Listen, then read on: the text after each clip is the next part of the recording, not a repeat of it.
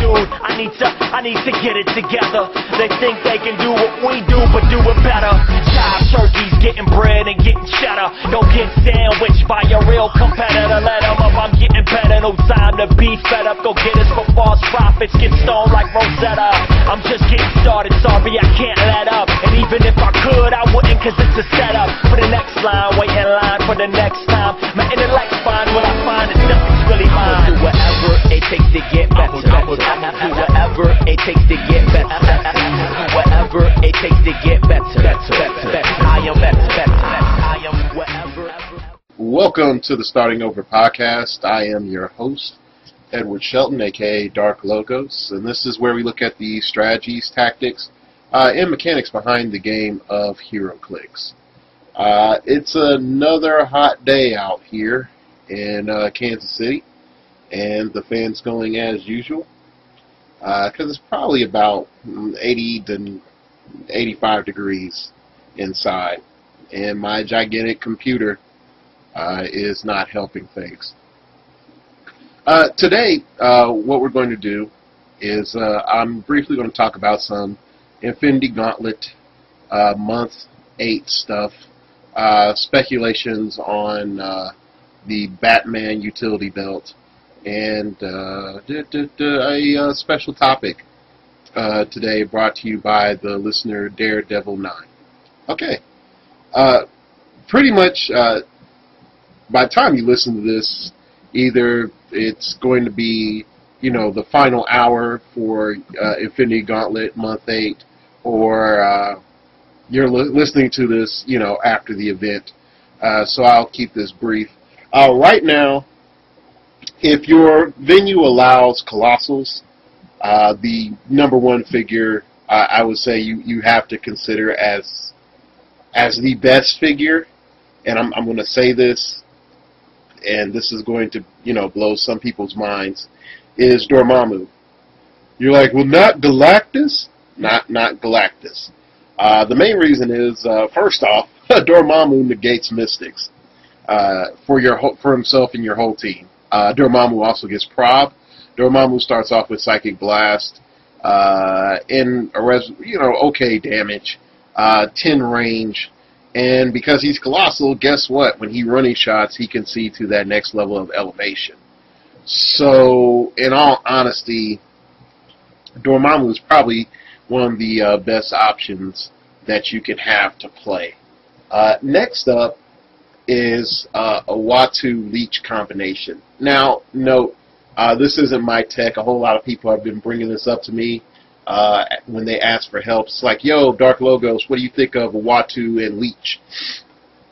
I got to be honest. At first, I was like, I don't like Uatu. I just don't. But for the pure fact that you can get Uatu very close to your opponent starting off is great. Also, the fact that you can move Leech up and use that as an action, and then from wherever Uatu's at, just swing him up. So I thought that in and of itself was pretty cool. So you also get some support powers, and I also say, be careful how you place your Uatu out there. Just don't leave them out there to dry. Next up, if your venue allows Infinity Gauntlet, I gotta say,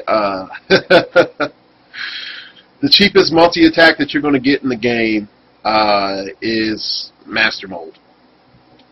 I know Sentry Void is on everybody's mind, but in all honesty, being able to double up power action, TK or double power action, and use powers on the gauntlet 2 turns in a row. I mean, not double power action, to use multi-attack. Oh, gosh. I forgot they nerfed his double power action. Anyway, to be able to use Range Combat Expert 2 turns in a row, to be able to use, multi-target Incapacitate or anything like that, it is going to be very, very useful.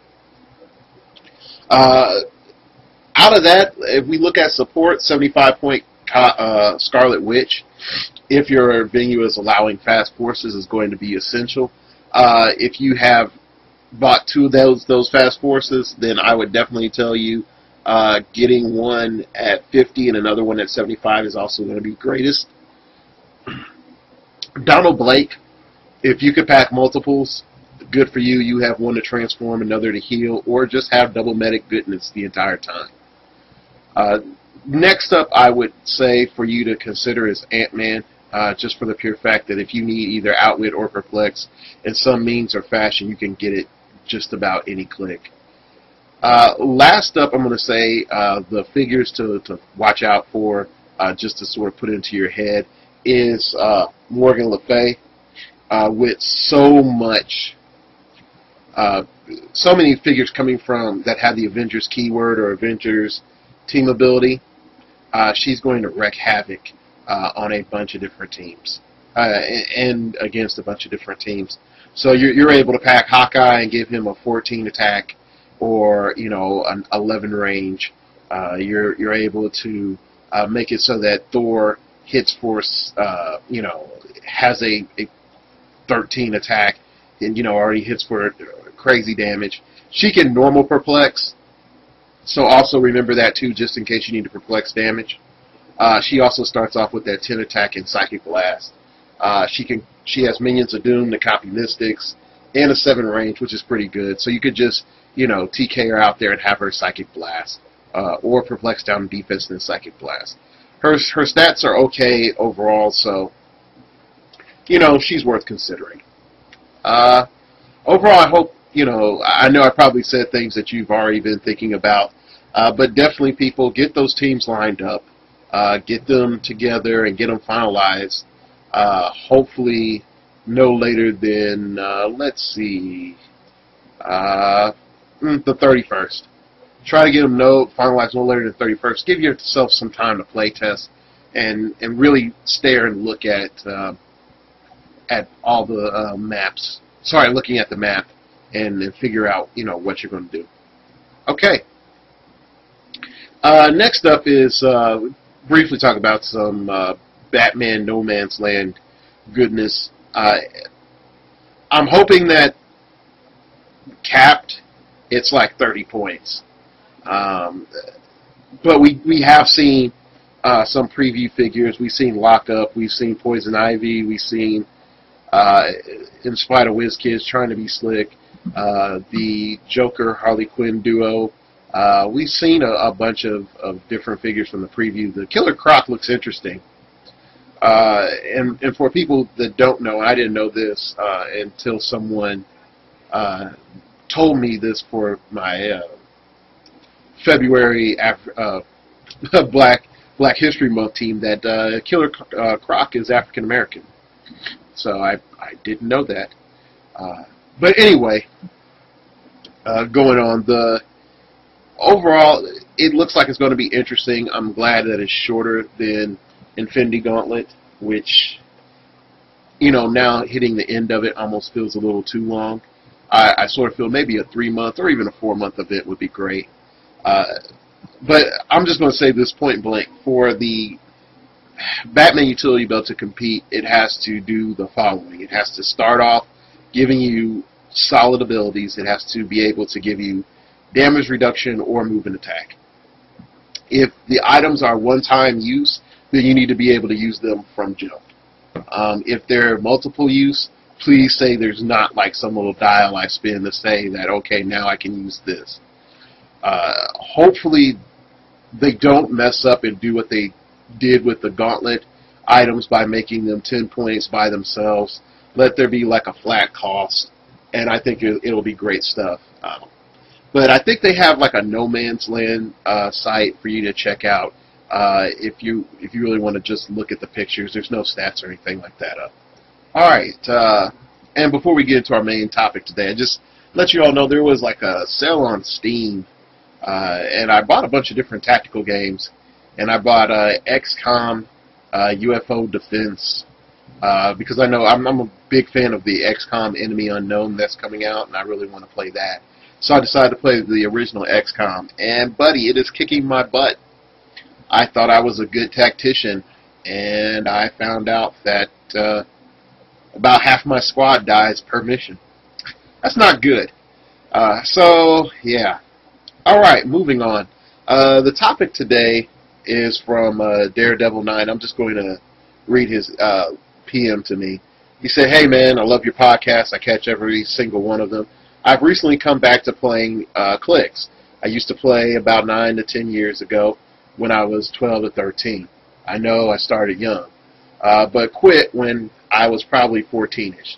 Anyway, I've been playing again for about 3 months now. I've got all the rules down and I do fairly well in our weekly events, usually 2-1. I find, however, I can't get over the 2-1 hump. I do well, but I run into people with superior positioning tactics. I know a lot of it is dependent on maps and whatnot, but I was wondering if you might be able to cover some positioning basics in a future podcast. This could include different tactical formations, what types of characters play better on different maps types, how would you want to place your support pieces, and maybe even different combos. For instance, I just learned what exactly a TK yo-yo is." All right. Anyway, he says he goes on just, to say like, hey, thanks for the good work and all that. Okay, so Daredevil9, the show is for you. All right. First off, we haven't talked about maps in particular on the show. Only on the cast in which we looked at the maps for Gen Con. And even then, it was sort of, I hate to say it, it was mainly Saturn Flight's analysis, and some of mine just a little bit off the cuff, and then a little bit of, it's what it is. Okay, so let's break it down. First off, that 2-1 hump. I've been 2-1 for the last 3 months, and some of it's getting to that final round and losing. Some of it is just not caring about prize support. Once you reach that point where you just don't care about prize support, then you start experimenting, and also straight up, my opponent was had a better team and better luck. I mean, you can't discount, other people. The first thing I would tell you is start, if you don't have your HeroClix journal or your HeroClix notebook, then, buddy, I don't know what to tell you. You're shooting yourself in the foot, because you're going to need that journal. You're going to need that workbook, because without it, you're not going to be able to see how you're growing. Okay, it doesn't have to be digital. But you do need to write it down, because writing things down reinforces, it in your brain and into your memory. The next thing is always write down how you're doing and what beats you. Just be honest with yourself. What beats you? Was it double barrier, that time? Was it the fact that he had a tent pole? Was it the fact that the team was swarm team and you lost on time? Now, there's different types of losses. There's, you lost on time, but you could say to yourself, if I had more time, then I could have won that game. And note, did you take too long, or did your opponent take too long? Did you just flat out lose to a tactic, and are you flat out losing to that tactic consistently? And start thinking about, man, if this is common, then I need to start being prepared for that. Okay? Or is it, just, man, the dice were not for me that night? And, I mean, sometimes that happens.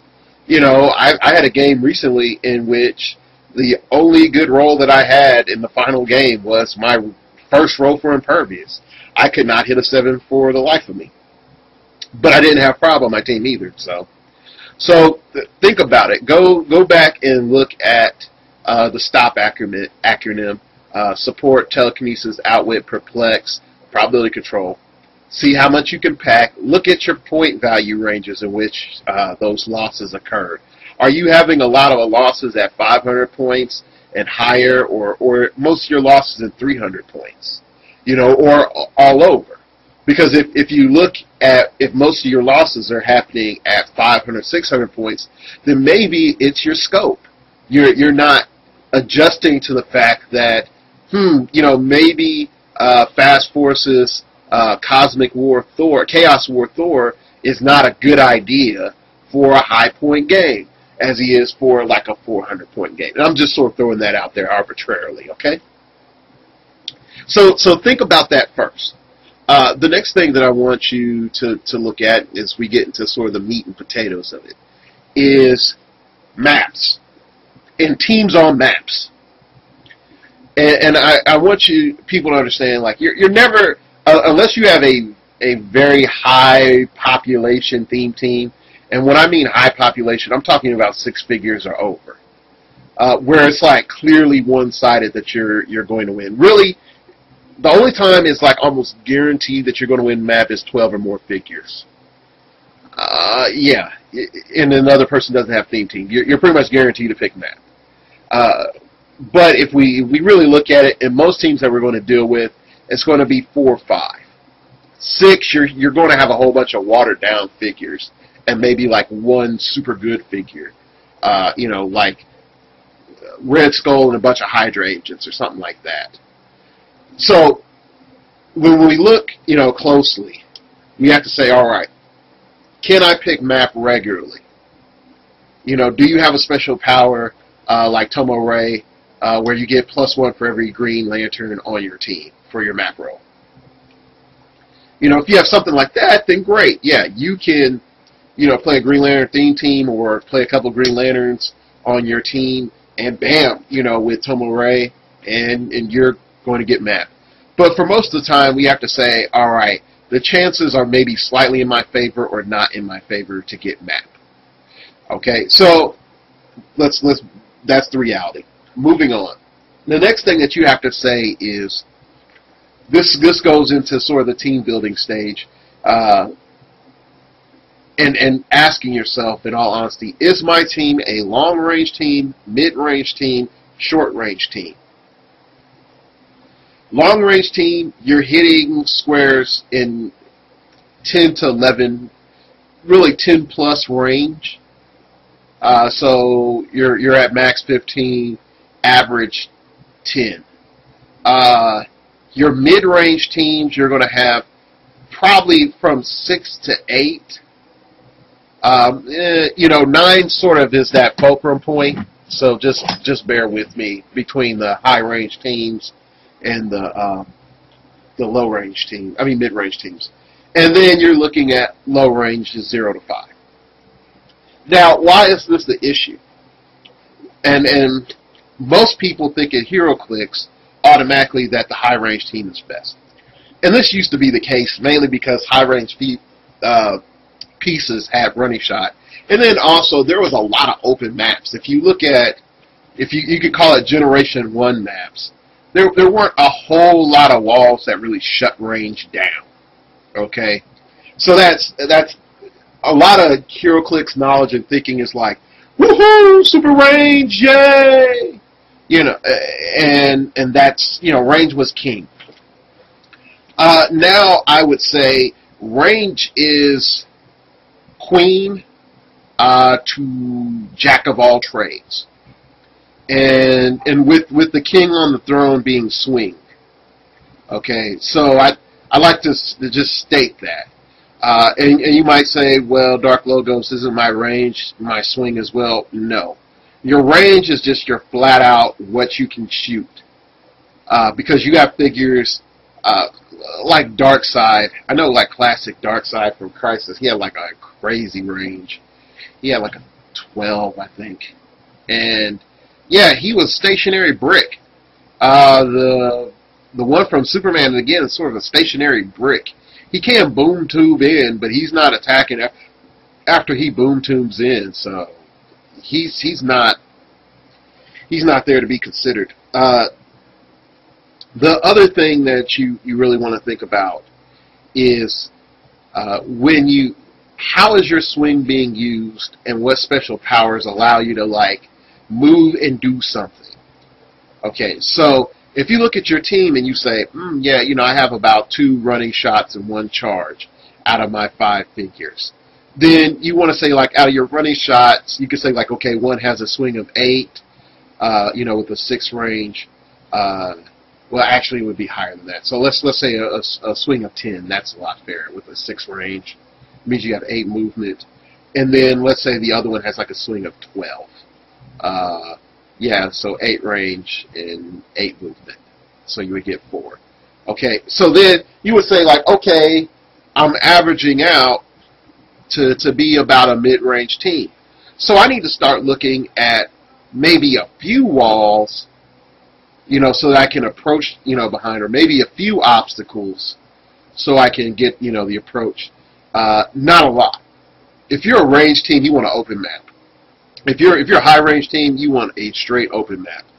Because the whole goal is that they're going to die before they get to you. You're pretty much running shot or TKing forward and gradually moving back until you hold your ground. And truthfully, your tactic is by the time they get to half map, they're dead.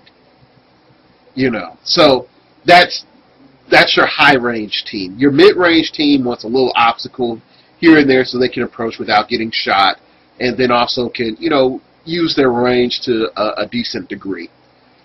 A short range team, you want as many obstacles as you can. Anything that nerfs range you can get your hands on. So the prime example of like the best map for a short range team is Shadowlands, because Shadowland has you can approach from elevated, you can, you know, stay on hindering to have some form of stealth.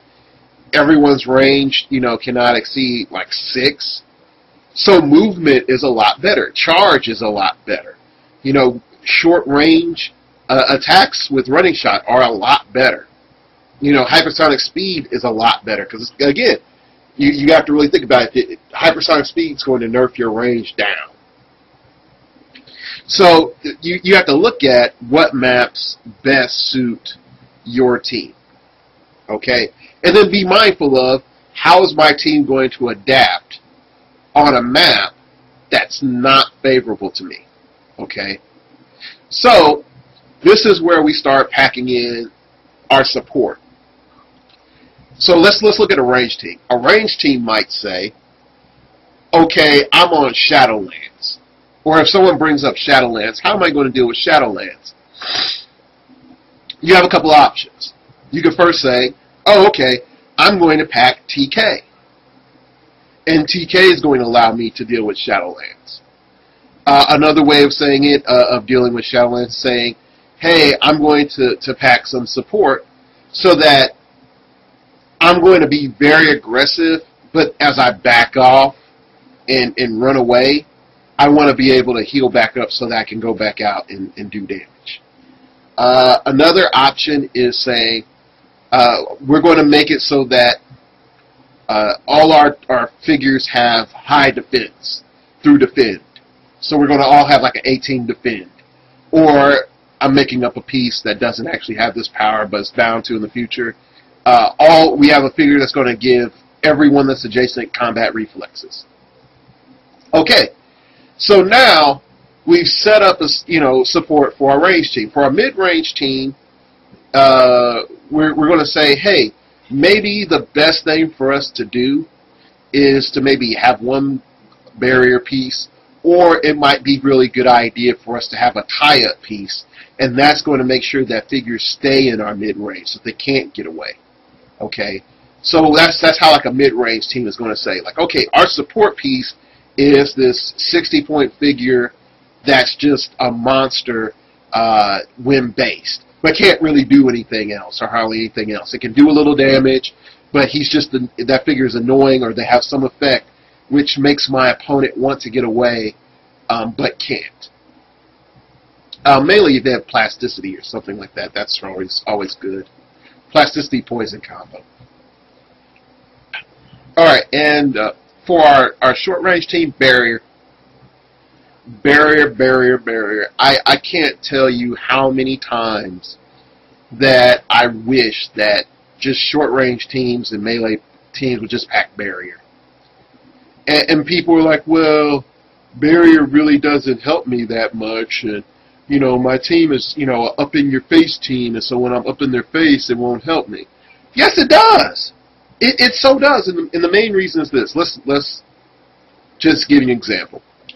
Put two figures on a diagonal to one another, and then what I want you to do is to put another figure that is considered to be the barrier piece down, barrier figure down.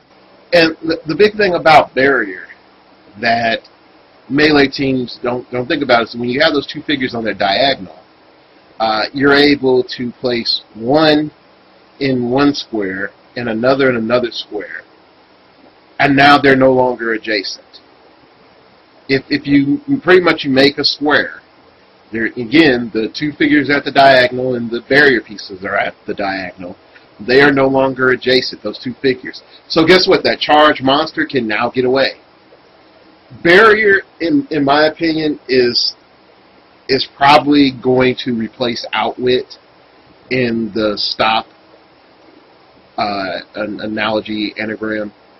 And the main reason I say that is Outwit is starting to become less potent just for the pure fact that we have the gauntlet, the full gauntlet now, and we're also seeing situations where there's a lot more power cosmic and quintessent figures at various points, point values that is.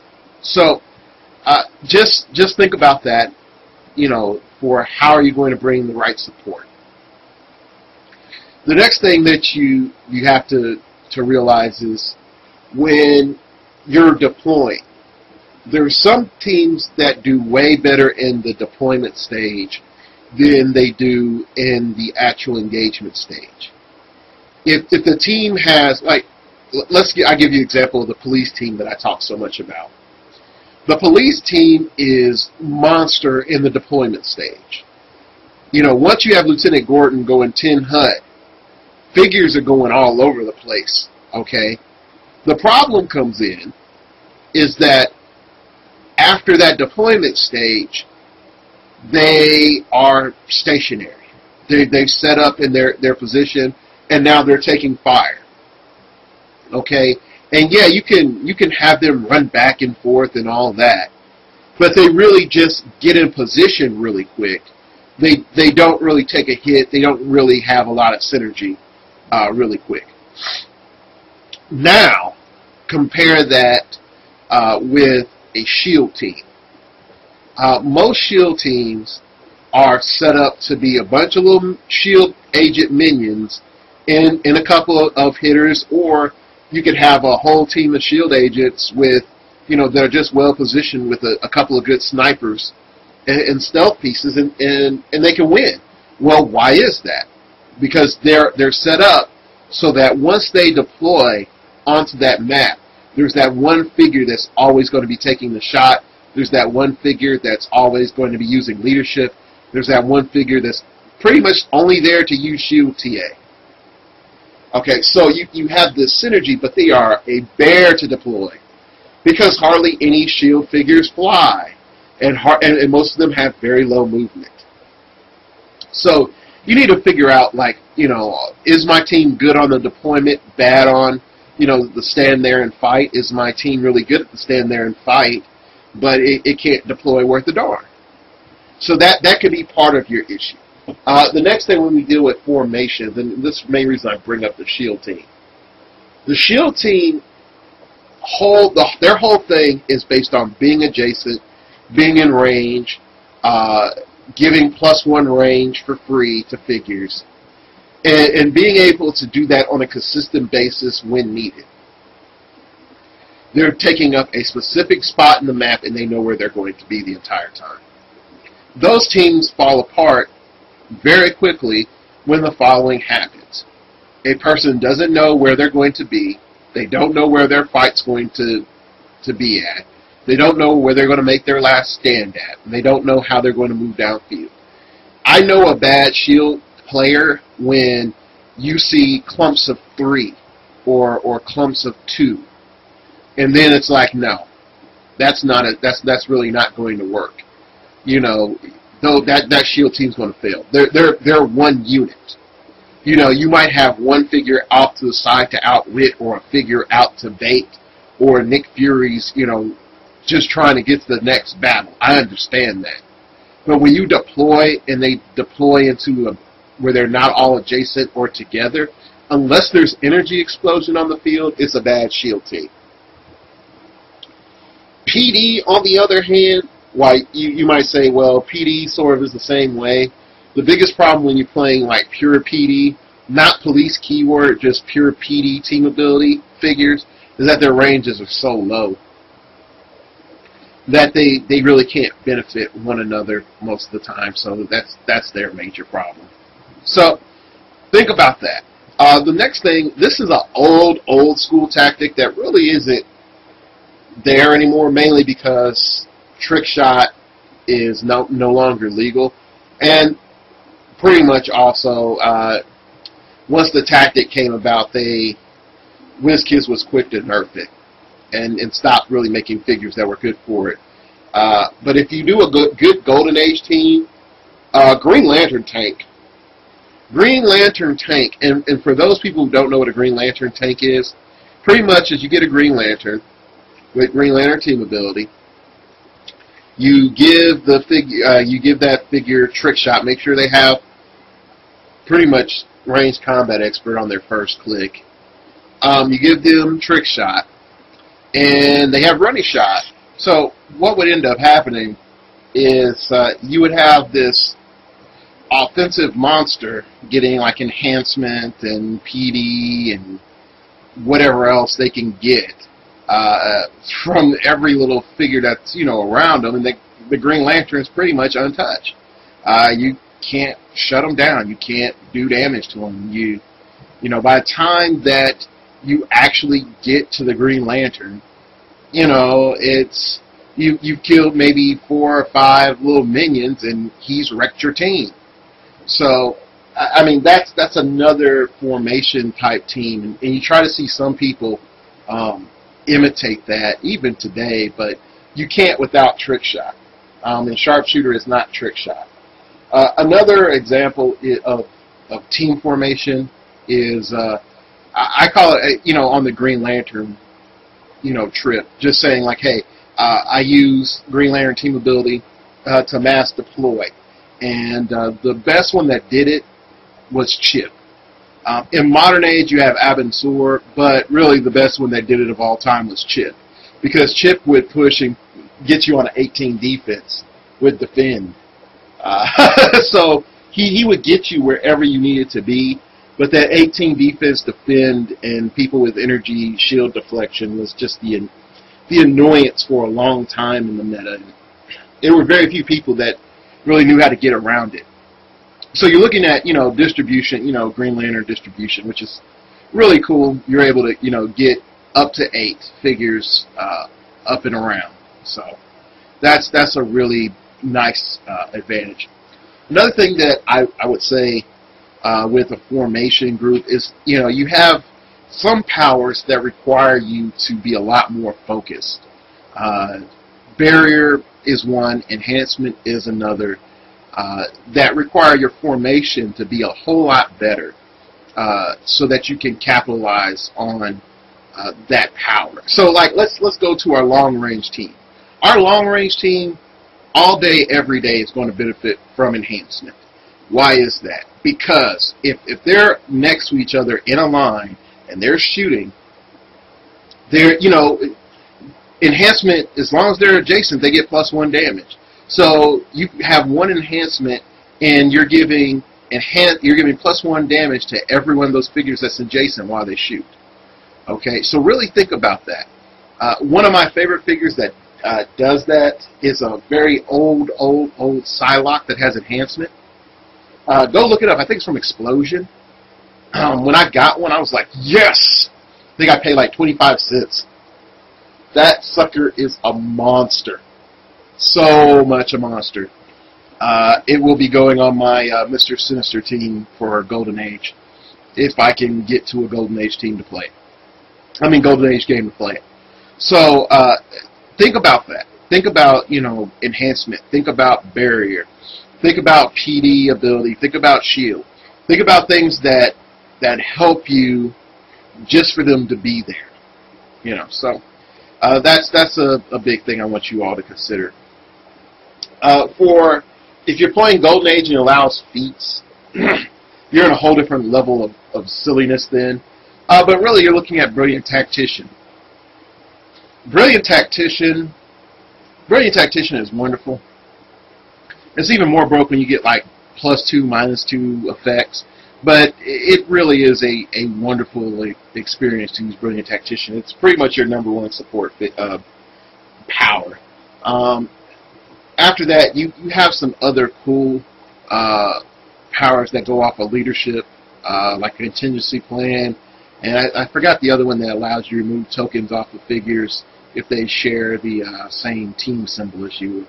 So, you know, there's a bunch of cool feats for you to think about, and also not so special for your older figs. Unfortunately, sad to say that there's not any really modern age figures that don't have a special power or a trait. So, oh well. All right. Now I know I'm sort of jumping around. And we're going to go back to sort of map selection and what in map selection that you need to be looking for. Not just, ooh, I know this map and it hoses Y. Or I'm going to pick this other map, it hoses X. You need to know why it hoses X and Y. You can't just be, you know, saying like, oh, yeah, it hurts X and it hurts Y. Ha ha ha ha. It's awesome. You need to know why.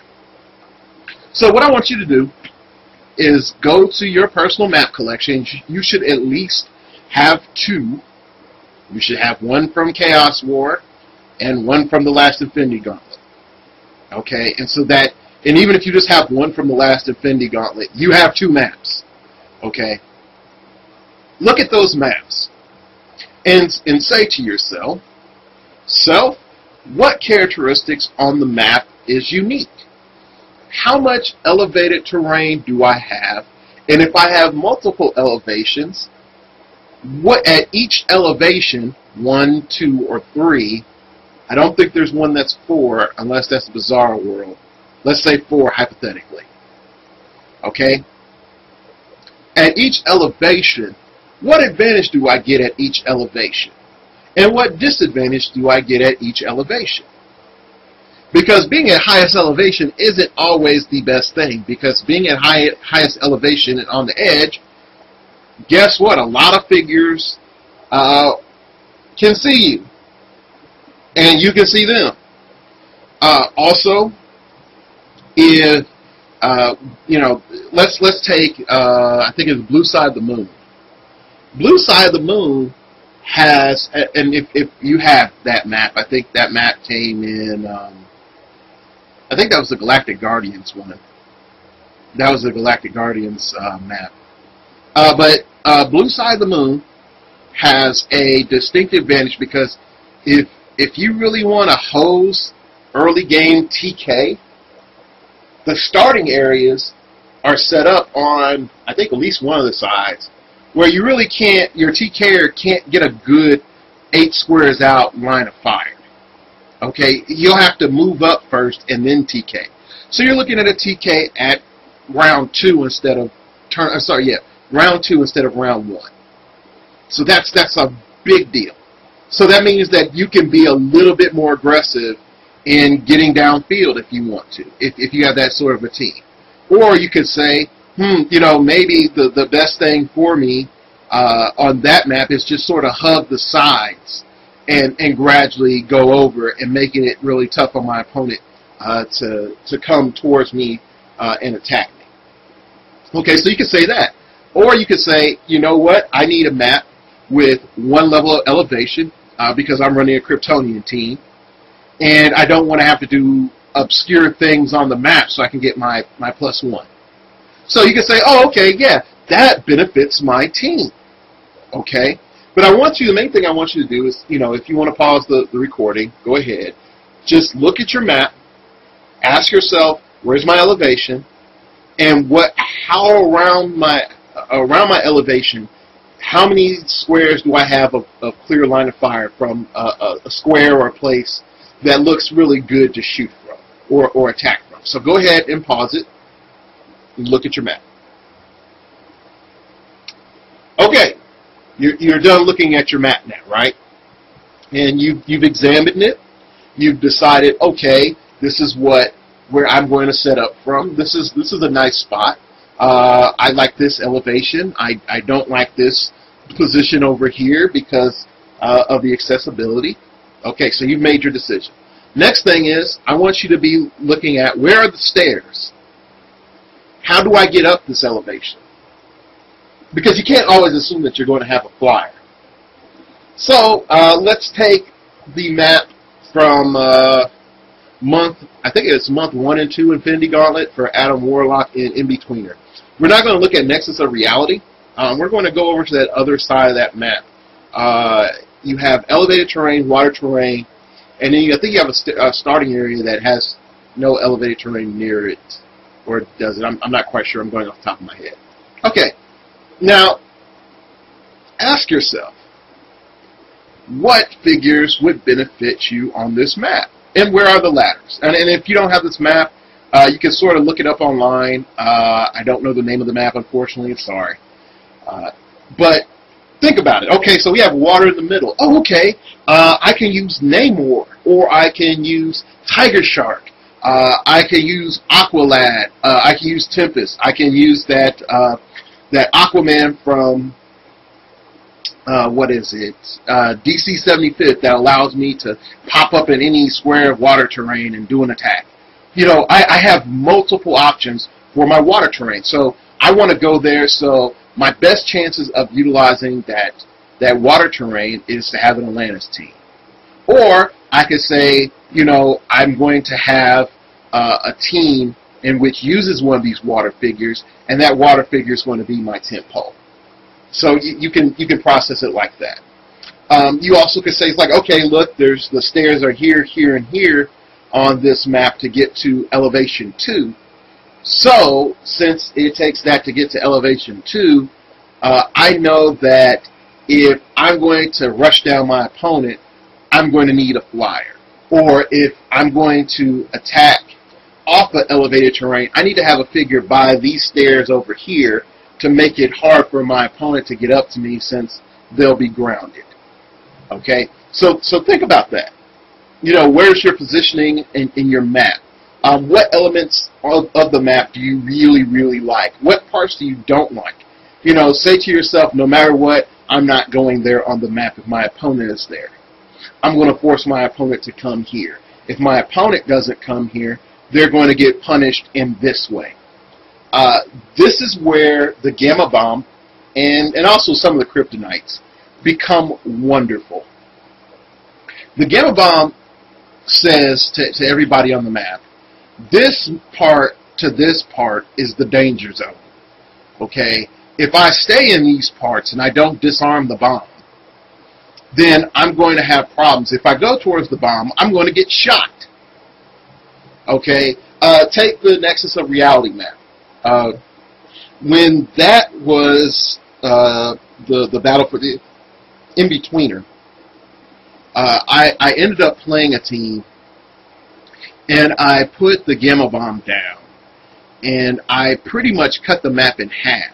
And I put the Gamma Bomb in a position where when it goes off, it was going to cover literally like half the map lengthwise.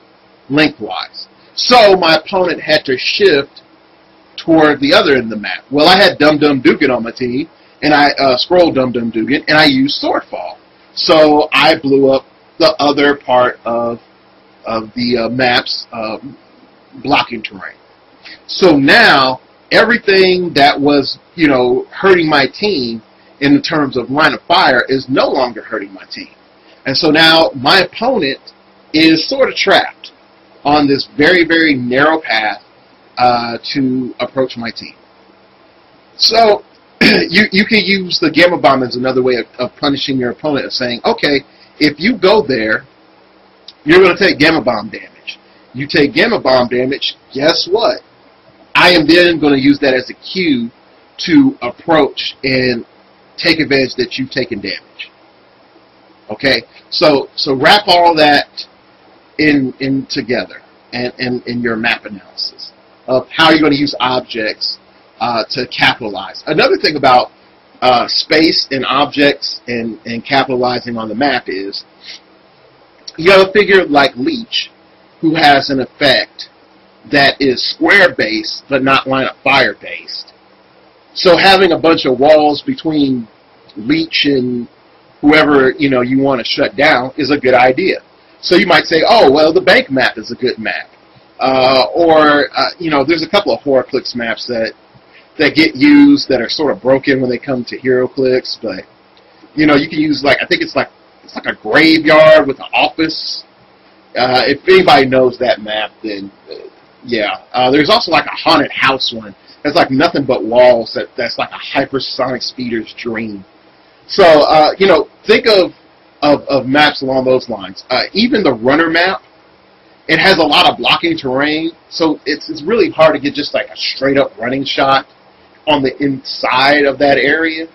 So you can do some fun stuff with that. So think about how you're going to manipulate terrain to use effects.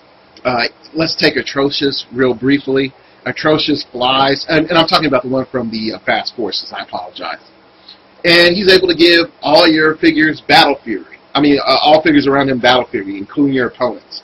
So having a couple of walls between Atrocious might actually be beneficial. Or making it so that there's a choke point, and the range, all your opponent's range team is within that choke point. You just throw Atrocious up there, and your team gets to shoot, while his team now has to melee Atrocious. Okay, so think about that.